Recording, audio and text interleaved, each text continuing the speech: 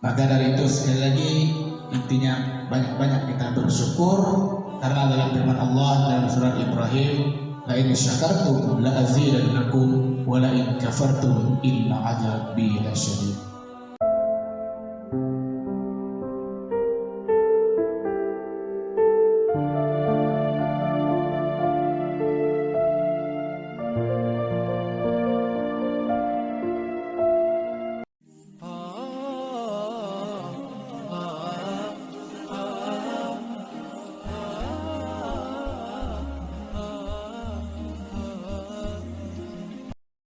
Assalamualaikum warahmatullahi wabarakatuh.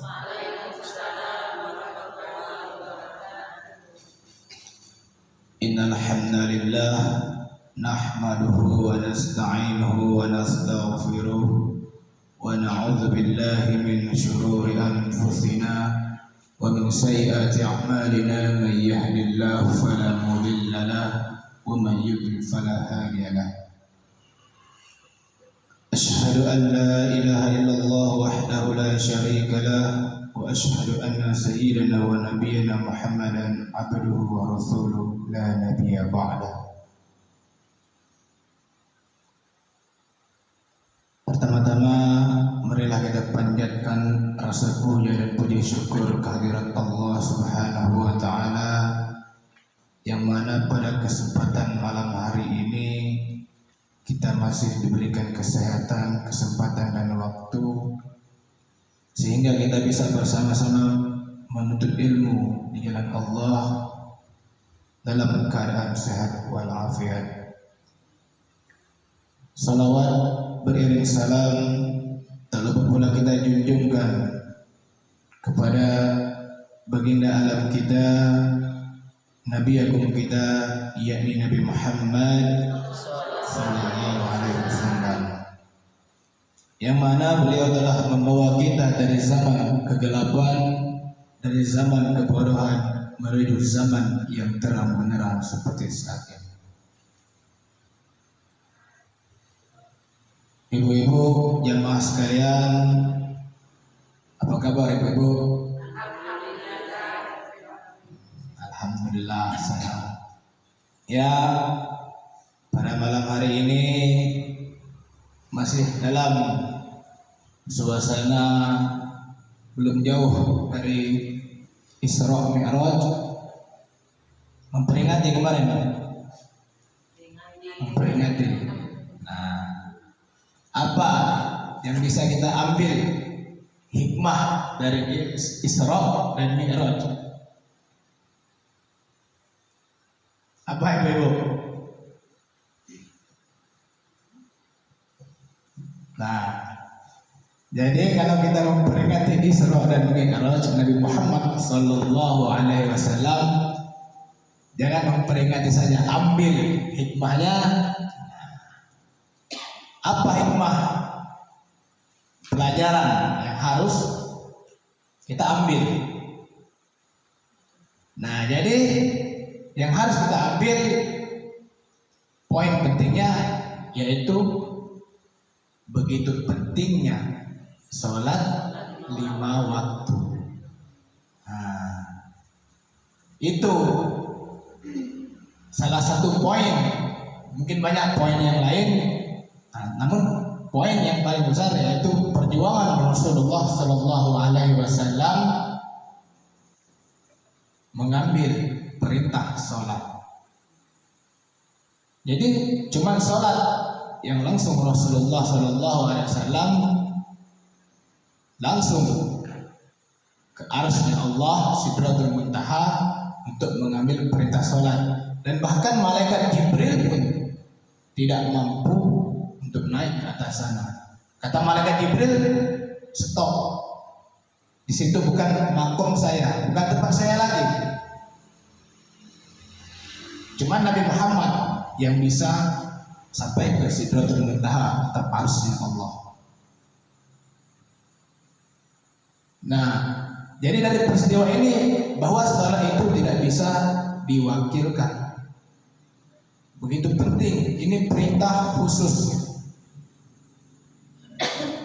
Maka dari itu kita memperingati Isra dan Mi'raj selain kita melihat atau kita menyaksikan secara tidak langsung perjuangan Rasulullah dijalankan dari Masjidil Haram ke Masjidil Aqsa, kemudian dinaikkan ke Sidratul Muntaha, itu adalah perjuangan yang menurut akal tidak masuk akal, karena perjalanan itu ditempuh sehari semalam, bahkan tidak sampai sehari semalam. Sedangkan berjalan naik kendaraan saja dari Masjidil Haram ke Masjidil Aqsa itu membutuhkan waktu yang banyak. Sedangkan ini dari Masjidil Haram ke Masjidil Aqsa lalu naik ke langit itu dibutuhkan dalam hitungan jam. Masuk akal tidak ibu-ibu? Kalau menurut akal manusia itu tidak masuk akal. Tapi bagi Allah itu adalah hal yang mudah. Cukup Allah katakan kun fayakun. Nah, ini yang perlu kita petik. Mengapa kita mengadakan peringatan Isra wal Mi'raj? Agar kita selalu diingatkan bahwa begitu pentingnya sholat, begitu besarnya perjuangan Rasulullah mengambil perintah sholat ini. Kita harus tahu ibu-ibu, apa tujuan kita diciptakan oleh Allah Subhanahu wa Ta'ala. Coba saya tanya sekarang, apa tujuan kita diciptakan oleh Allah Subhanahu wa Ta'ala? Untuk beribadah kepada Allah. Nah, Allah berfirman, A'udzu billahi minasyaitonir rajim, wa ma khalaqtul jinna wal insa illa liya'budun. Dan tidaklah aku ciptakan jin dan manusia kecuali untuk beribadah kepada-Ku, kata Allah. Nah, jadi kita harus tahu dulu apa guna kita hidup, apa makna kita hidup. Itulah, tidak ada kata-kata lain selain beribadah kepada Allah. Kita boleh mencari rezeki, boleh mencari nafkah, boleh mencari kekayaan, boleh, tetapi kita jangan lupa dengan Allah Subhanahu wa Ta'ala. Kita harus ingat kewajiban kita. Bukan mentang-mentang kita diciptakan untuk beribadah, kita tidak mencari makan lagi terus beribadah, itu salah juga. Nah, seperti yang dibacakan oleh ibu tadi, itu surat Al-Mulk. Nah, jadi faedah surah Al-Mulk ini yaitu apabila kita sering membacanya, maka kita akan dibebaskan dari siksa kubur. Nah, jadi perbaiki ibu-ibu bacaan surah Al-Mulknya, karena faedahnya sangat besar, bisa menyelamatkan kita dari siksa kubur. Apabila kita rutin membacanya, insya Allah walaupun tidak hafal kata-katanya, itu akan menjadi terbiasa kita dengar. Nah, dan dia akan datang ketika kita sendirian di alam kubur yang gelap gulita. Nah, saya akan jelaskan surah Al-Mulk ayat 23, 24 dan 26. Allah Subhanahu wa Ta'ala berfirman, Qul huwa alladhi ansha'akum wa ja'ala lakumus sam'a wal absara wal afidah qalilan ma tashkurun. Katakanlah, dialah yang menciptakan kamu dan menjadikan bagi kamu pendengaran, penglihatan dan hati, tetapi amat sedikit kamu bersyukur. Nah, dalam firman Allah ini bahwa jelas Allah telah menciptakan bagi kita yaitu pendengaran, penglihatan dan hati. Apakah kita telah menggunakan dengan semestinya penglihatan kita, pendengaran kita dan hati kita? Apakah penglihatan kita gunakan dengan melihat yang baik-baik? Apakah pendengaran kita gunakan untuk mendengar hal yang baik? Bahkan apakah hati kita masih lembut dan masih terpaut kepada masjidnya Allah, rumahnya Allah.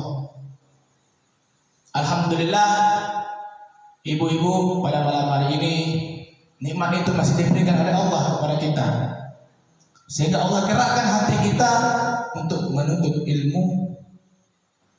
Allah masih pergunakan layaknya mata kita untuk menuju masjidnya dan melihat bahwa begitu besar nikmat Allah,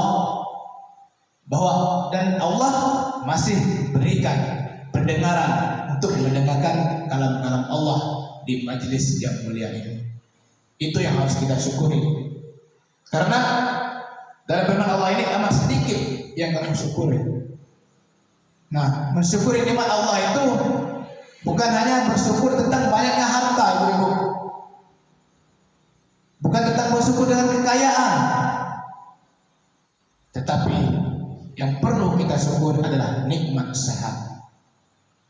Coba, jikalau Allah ambil satu nikmat sehat yang ada di badan kita, apakah enak rasa badan kita?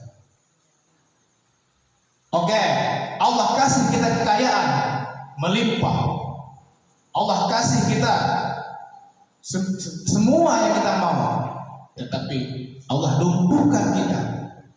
Apakah bisa kita menikmati harta kita?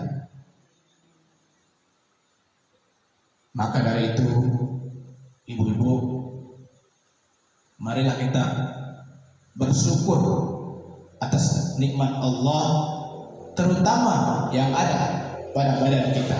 Betapa banyak orang yang tidak bisa melihat, betapa banyak orang yang tidak bisa mendengar, betapa banyak orang yang tidak bisa berbicara, dan betapa banyak orang yang mati hati, tidak tergerak lagi untuk kembali ke jalan Allah Subhanahu wa Ta'ala. Nikmat ini yang harus kita syukuri. Jikalau kita sakit, berarti Allah cabut nikmat kita, Allah ampuni dosa kita. Ketika kita sehat, Allah kembalikan lagi nikmat kita.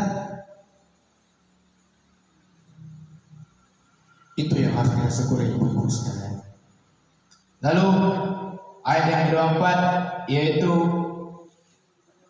Qul huwallazi dzara'akum fil ardi wa ilaihi tuhsyarun. Katakanlah, dialah yang menjadikan kamu berkembang biak di muka bumi, dan hanya kepadanya lah kamu kelak dikumpulkan. Allah menjadikan manusia di dunia ini berpasang-pasang untuk berkembang biak, untuk ada keturunan. Semua ini akan ada pertanggungjawabannya, ibu-ibu sekalian.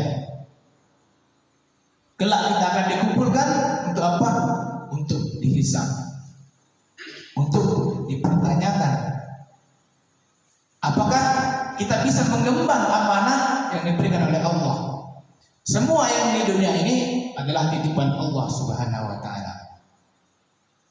Misalkan ibu-ibu menitip barang kepada saya, lalu tidak saya jaga barang itu, apakah ibu-ibu marah? Marah. Begitu pun Allah. Harta, anak, dan semuanya adalah titipan dari Allah, maka harus kita jaga dengan baik. Kalau hati kita saja marah apabila barang titipan kita tidak dijaga, bagaimana dengan Allah yang menciptakan alam semesta ini? Lalu ayat yang ke-26, Qul innamal ilmu indallah wa innama ana nadhirum mubin. Katakanlah, sesungguhnya ilmu tentang hari kiamat itu hanya pada sisi Allah, dan sesungguhnya aku hanyalah seorang pemberi peringatan yang menjelaskan. Inilah akhir dari kehidupan kita, akhir dari segalanya, akhir dari kehidupan dunia yang penuh tipu daya, yang fana, yaitu hari kiamat. Setelah hari kiamat barulah dimulai kehidupan kita yang sesungguhnya. Maka dari itu kita harus percaya bahwa kiamat itu pasti, dan pasti akan terjadi, tidak mungkin tidak terjadi. Itu yang harus kita persiapkan untuk hari kiamat. Karena jelas dalam firman Allah dalam surah Al-Mulk ini bahwa hari kiamat itu pasti datang. Apakah kita sudah mempunyai bekal, ibu-ibu? Apa yang harus kita pertanggungjawabkan? Apakah kita sudah mempunyai bangunan-bangunan seperti yang dijelaskan di dalam hadis? Kata Allah, akan dibangunkan barang siapa yang membangun masjid, akan dibangunkan Allah rumah di surga. Mungkin kita tidak mampu membangun masjid. Nah, ada lagi orang yang dibangunkan oleh Allah rumah di surga, yaitu orang yang rajin sholat sunnah rawatib tadi. Nah, mungkin kita tidak mampu membangun masjid, tapi kita laksanakan sholat sunnah rawatib yang 12 rakaat, maka akan dibangunkan rumah di surga nanti. Begitu banyak janji Allah, dan Allah tidak akan pernah bohong dengan janjinya. Sudah jelas di dalam Al-Quran. Maka dari itu sekali lagi intinya banyak-banyak kita bersyukur, karena dalam firman Allah dalam surat Ibrahim, la in syakartum la azidannakum wa la in kafartum inna azabi lasyadid. Jika kalian mensyukuri nikmatku, kata Allah, maka akan bertambah nikmat yang aku berikan. Jika kalian mengkufuri nikmatku, kata Allah, maka sungguh azabku sangatlah pedih. Jadi ibu-ibu sekalian, kita bersama-sama memperbaiki diri kita. Tidak ada manusia yang sempurna di muka bumi ini. Marilah kita selalu tak bosan-bosan saling menasehati dalam hal kebaikan. Jangan pernah kita bosan menegur saudara kita, kerabat kita, ketika kita melihat mereka yang salah. Begitu juga dengan kita, apabila ada orang yang menegur kita, jangan pula kita berkeras hati, karena ilmu kita sama-sama masih banyak yang kurang. Karena kesempurnaan hanyalah milik Allah Subhanahu wa Ta'ala. Mungkin